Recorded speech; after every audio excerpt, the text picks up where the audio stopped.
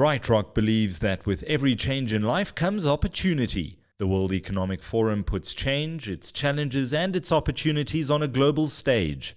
This World Economic Forum special edition Biz News podcast is illuminated by BrightRock, the first ever needs-match life insurance that changes as your life changes. Well, Michael, here we are, episode 4 of Davos. Are you getting enough sleep?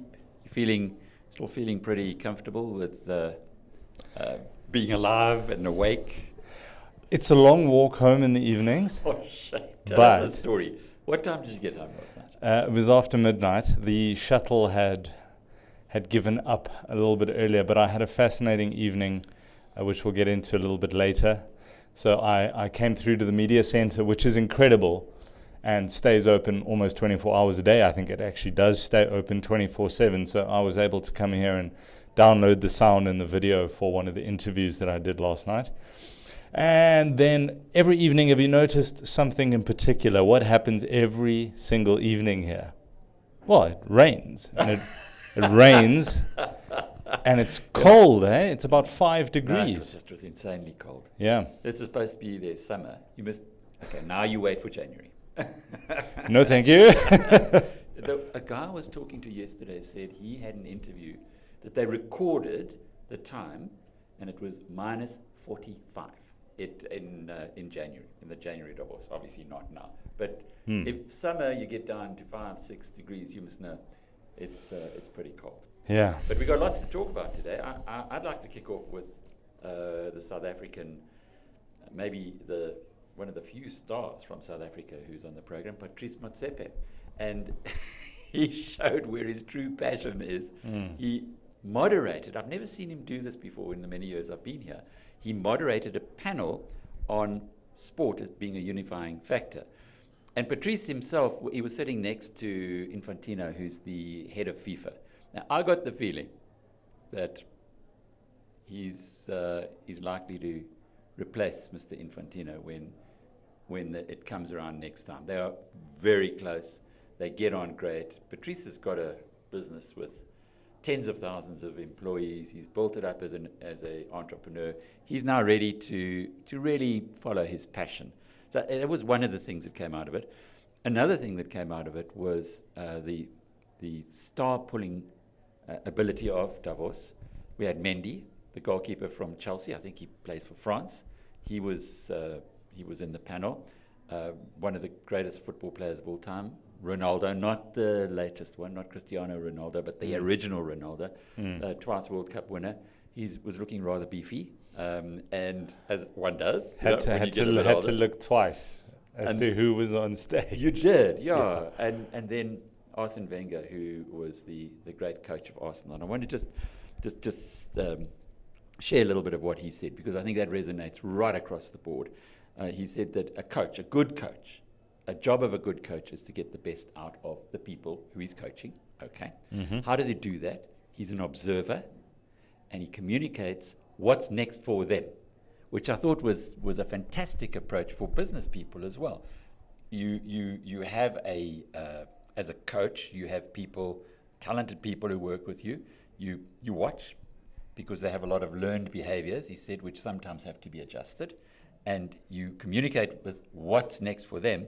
And the result of that is that they also know what's best for the team. And he said many, many times in his coaching career, he's left the best player out the team. So it was fascinating to get that juxtaposition between sport and business, and perhaps anything, really, any institution. Well done, Patrice. He really did us proud. Yeah, he looked very comfortable on stage. I watched the tail end of that discussion on sport as unifying force, and of course, South Africa is no stranger to that. 95, 96. Neil Tovey. Yeah. But yeah, that he seems very comfortable in that position. Remember when Barack Obama visited South Africa, Patrice Motsepe was also there on stage. He feels very comfortable around the very big hitters. He is. He's a big hitter himself. Apparently, he was the highest rated guy on the Times. I'm just about to lose my iPad.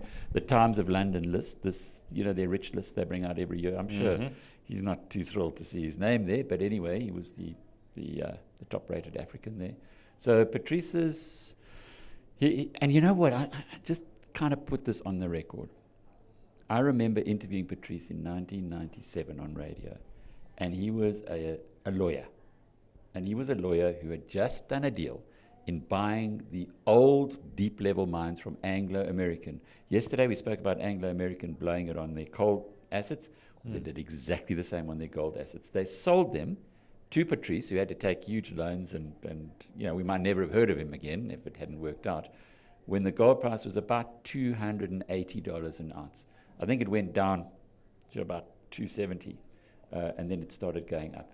So Patrice was, and he admits it, he was very, very lucky in his timing. For all we know, the gold price could have gone down to 200, but he took a long-term view, and my goodness, that was the basis for the fortune that he has. Entrepreneur taking a risk. Speaking of risk, Alec, I sat in on a panel this morning, and it was about nuclear. Is it an option? It's considered risky, it's controversial. Prior to Russia invading Ukraine, much of the world was looking to mothball their nuclear power stations. Well, Germany did, didn't they? Yep. And so did Belgium. And now they're talking about scaling back their plans because, of course, Europe needs to wean itself off Russian oil and gas. So I sat in on a briefing with the Director General of the International Atomic Energy Agency, Rafael Grossi. And there was also a minister from Poland, Anna Moskwa, and she's the Minister of Energy and Environment. It's interesting how they lump those two together. And Poland is looking to, by 2026, construct its first nuclear power station. They are looking to make the leap to nuclear when many nations around the world are looking to step back from it, remove it from the energy mix.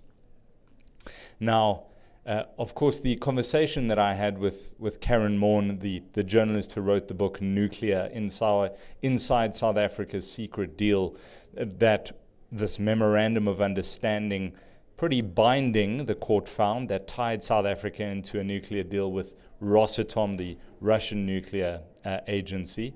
That interview up on our YouTube channel. You can go check that out. Very well watched as well. So a lot of interest in the subject. If that deal had gone ahead, it was for 9.6 gigawatts, 9,600 megawatts of power. It would have provided about 23% of South Africa's energy mix. And it's interesting how, if you look at the amount of pushback that came, because there wasn't enough, in this briefing they called it societal acceptance. We would call it public participation. There wasn't, legally speaking, public participation process that the government had gone through. Therefore, the court said, on that basis, we're scrapping this deal. Earthlife Africa was the NGO that got involved there.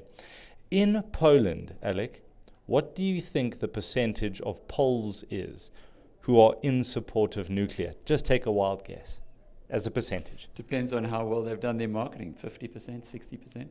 74%. They've done their marketing well. 74% The of... Poles aren't seeing it as a way of feathering their own nests, the individuals, perhaps.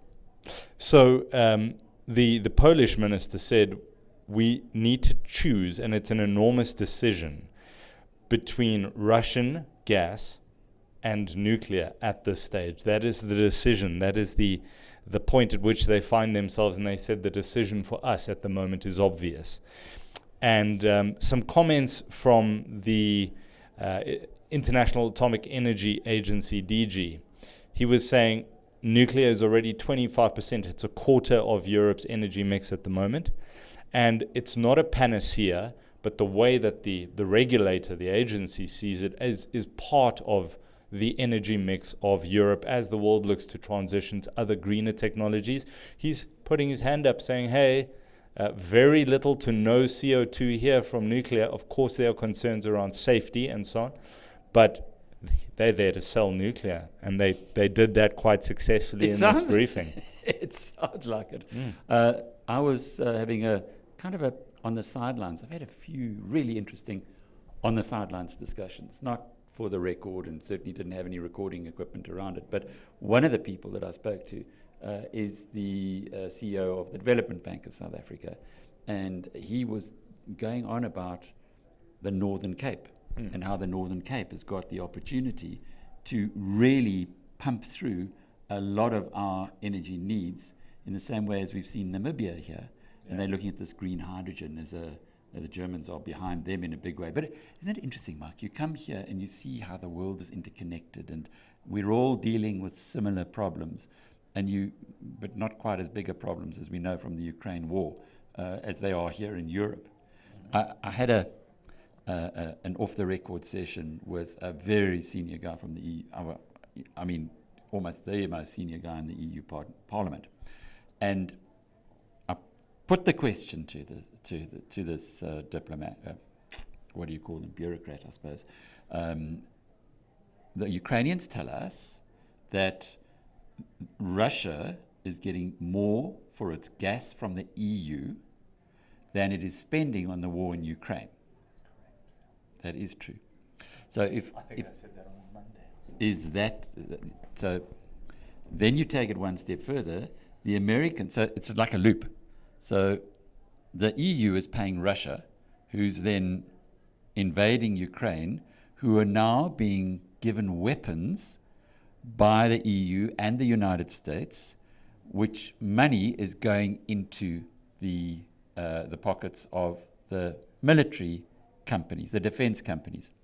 So I put this to him, and he came back with an answer that really the point was, why wait for Putin to cut you off your gas? Why don't you do it yourselves, given that you've got this unholy loop? And he said, well, we aren't paying Putin in rubles as he wants us to. We're paying him in euros. And by the way, he's got $600 billion in a reserve. So it'll be a while before he starts needing our money. That was his response. I put the same question to Tom Friedman. Now, Tom Friedman is a guy I met here many years ago. He's a wonderful, wonderful writer. He wrote a book called The Earth is Flat and The Lexus and the Olive Tree, which I was delighted to hear. He said is his best work, The Lexus and the Olive Tree. I thought that was a superb book, written in the late 90s. Anyway, he's Mr. Globalization. He got ahead. The world is flat, i.e. globalization. He got ahead of the curve there. And the question to him was the same thing. And he said, well, hang on a minute. Putin invaded Ukraine thinking that he was taking on another superpower who were appeasing him, i.e. NATO. And he really thought he was going to, get to Kyiv in 4 days. What he didn't count on, and this is Friedman's thesis, has always been that globalization has empowered the individual. We are super individuals now. So we're super empowered individuals. And Putin did not understand that. As Tom says, he doesn't understand a lot of things. And he has come up against the super empowered individual in the Ukrainian people who did not bend over and in fact are fighting back aggressively. So everything's interconnected, and it's complex, but you can see little links from various parts. You are still tuned into the World Economic Forum Special Edition Biz News podcast, illuminated by BrightRock, the first ever needs-match life insurance that changes as your life changes. Shall we take this conversation from the here and the now into something Mark Zuckerberg likes to call the metaverse?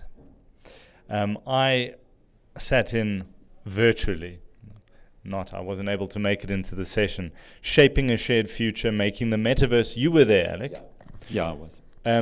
Chris Cox, geez, what an amenable, lovely fellow. How cool was that? So, and he's the guy that I had the privilege of spending time with, what was like 45 minutes earlier in the week. Yeah. He's the chief product officer for Meta, for Facebook. And there were other people in that session. Philip Rosedale, a Second Life, which is kind of metaverse under a different name. Yeah, it started, if you remember, Second Life was the next big thing. Mm-hmm. And I was interested to hear, because I thought it had disappeared, there are 1 million people who are on Second Life, which is, it's way the predecessor to the metaverse. In fact, I think Rupert Murdoch paid a lot of money for that, I think. I don't, you can say don't quote me, but you never would anyway. But it's worth just Googling that as well. But Second Life was very exciting when it first came out, but for some reason didn't really take off. Maybe there's a message in that for the metaverse as well. Anyway, it's... Peggy Johnson, the CEO of Magic Leap, I found some of her comments incredibly interesting, especially around how they are, and we discussed this yesterday, like how they are doing meetings at the moment, how you can sit in your lounge, you have your avatar, and you put on this headset and you're, in a conference space with other people. But she did also pick up on the need to establish and to recognize empathy and to be able to read the body language, see the facial expressions. And there's something about that that's missing from 2D meetings, the Zoom meetings that we're having. So what she said that was fascinating was it's not just about going in and having meetings. It's the possibility of, as a surgeon, a brain surgeon, being able to put the brain in the middle of the room and plan your surgery as a bunch of surgeons, how you're going to do this. I think the possibilities are endless, but there are a number of pitfalls, which they discussed. And how impressive was Omar Al-Olama. The United Arab Emirates has got a Minister of Artificial Intelligence. Unbelievable. How far ahead are they in the world? Yeah. A Minister of AI. It and brilliantly managed the panel by Andrew Ross Sorkin from the New York Times, who just he's a class act. He is one of the guys who asked the questions at the Berkshire Hathaway AGM as well. So he's well known to the Biz News tribe, that's for sure. It was good. I love the way he put a couple of people against each other. He was incredibly polite and got the best out of his panel. But the guy from Second Life was quoted as saying Facebook and Google are evil, and so next to him was the guy from Facebook. Awkward. So it was a lovely kind of, and of course they both found a way. One point that I picked up there from Peggy, where she talks about tribal knowledge. Now we talk about institutional memory, but it seems like we get these buzzwords, the narrative. They come often, you hear them here in Davos. I guess in America they know them anyway. But that one, tribal knowledge, that makes a lot of sense. It's almost deeply instilled into the organization. So it's tribal knowledge or institutional memory, I suppose, same thing. The opportunities that exist in this space, and this isn't something I had considered, and this was the Minister Al-Olama from the UAE who mentioned the ability to learn, education within, we'll call it the metaverse for now. That's a product name, but we'll call it that for the moment. He threw out a statistic. He said 70% of people who read something on a flat space in a book forget it within the first 2 minutes. But if you experience something, it stays with you. I still remember, and I'm sure if you go through certain events, standing on the edge of a waterfall, being in a protest where shots are fired, stun grenades go off, that's something that stays with you. It's imprinted on you.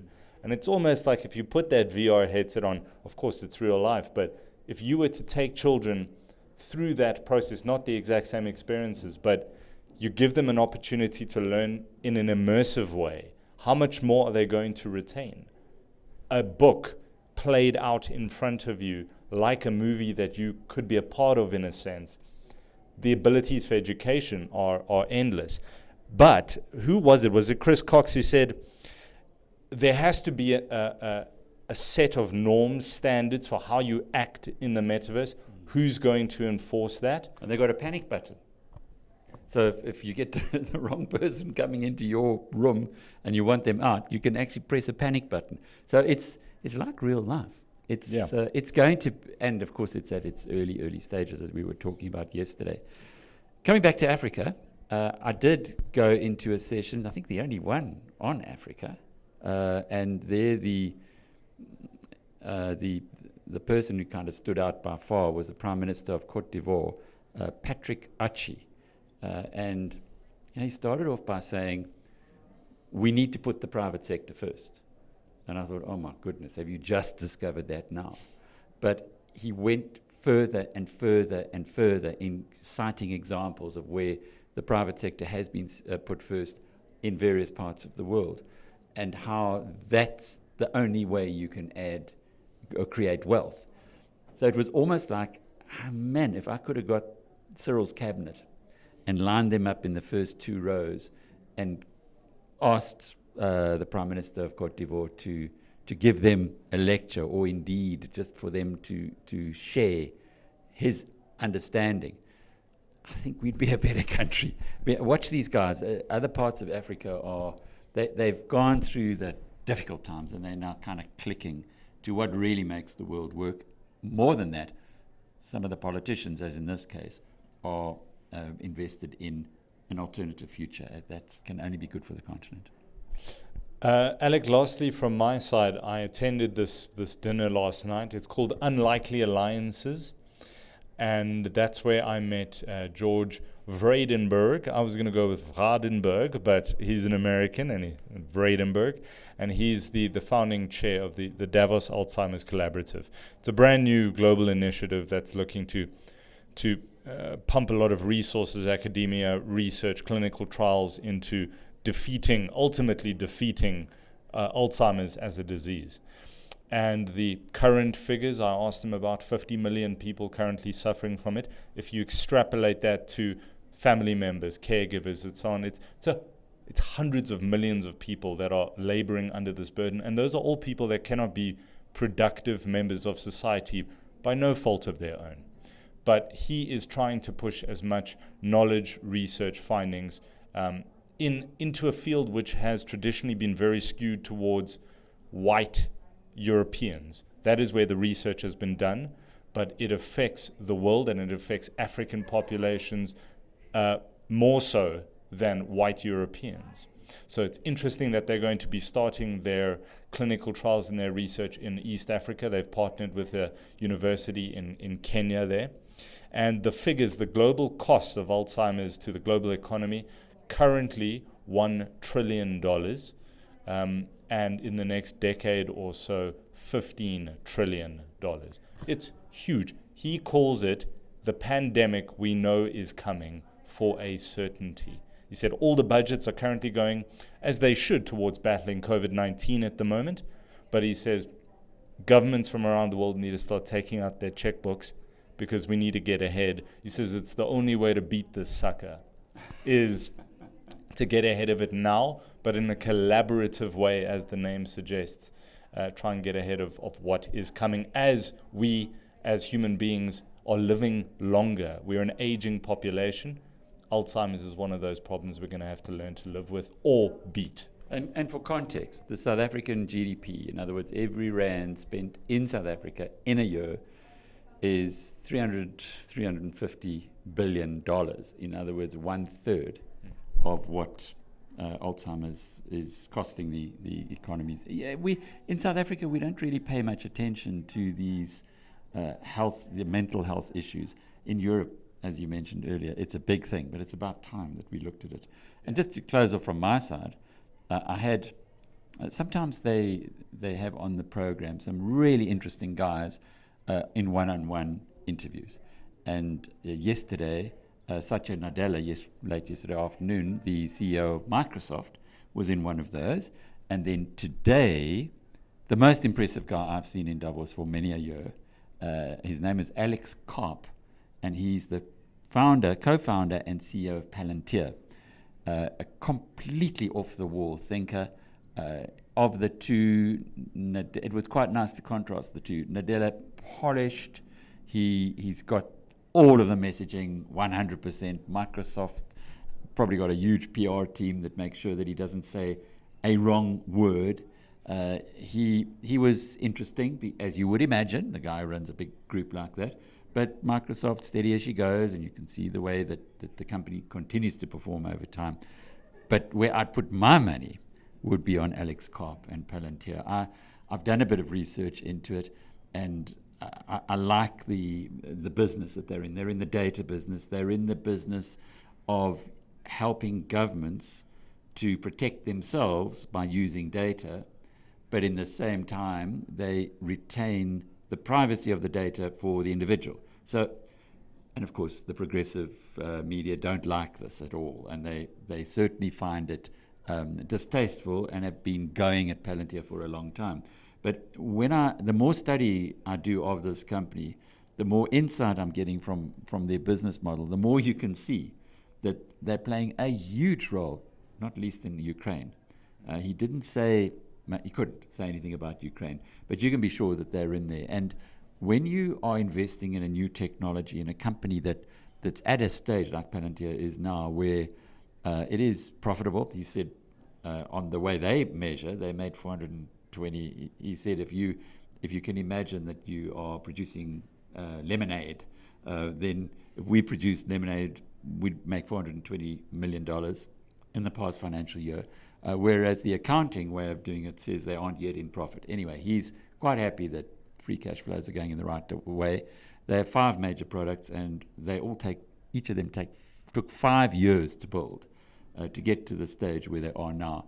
And he was just, it's very rare that you listen to someone and you think, damn it, I'm sorry I didn't take that down, because I would like to mull over what he really meant by that. He had a bit of a combative interviewer, but he handled himself more than well, and he doesn't interview often. The South African angle there is that his co-founder is Peter Thiel, and Peter Thiel, South Africans would know, was the co-founder with Elon Musk, we all know about, of PayPal. So he's associated with the PayPal mafia. I did ask him for an interview a couple of days ago. I'm not surprised that he hasn't even responded. I tackled him, actually. I said, hey, I sent you a message. He said, didn't get it, sorry. But that's fine. I understand when you're in that line of work, you don't really want to be in media interviews, and he hasn't. He very, very rarely is he interviewed. But what he said today shows that you can be politically incorrect, you can speak your mind, you can tell the truth, and be a corporate executive that still flourishes. So he was real impressive. Well, and that is episode 4 of the A+ show on location in Davos. Join us for episode 5, which will be the 5th and final, as Davos comes to an end tomorrow. Yeah, tomorrow Mike and I are going to work until about lunchtime, and then there is a fondue. Do you like fondues? Absolutely. There's melting cheese. What's not to like? Indeed. Yeah. And I mean the Swiss can do fondues like nobody else can. So at the end of Davos, there's always the whole media contingent gets invited to get together for a fondue. So Mike and I will be there tomorrow evening, but we'll make sure we don't go and stuff our faces until we've given you episode 5. But thanks for being with us through this week. It's been an incredible adventure for us, and I hope you feel a little bit like you've joined us in this city, or no, it's more a resort town, that has been wonderful weather for May for the first 2 days, and then it was almost like we were back in winter again at the current temperatures. But I guess if you live in the lee of the mountains, that's the changes in the weather are what you can expect. But from our perspective, I mean, Mike, it's been a learning experience that, again, I just won't forget it. It's a wonderful injection of knowledge. Yeah, being exposed to things that you couldn't even imagine. Sitting back home as a journalist, it's been incredible, the exposure here. Thanks for tuning in to this World Economic Forum special edition Biz News podcast illuminated by BrightRock, the first ever needs-match life insurance that changes as your life changes.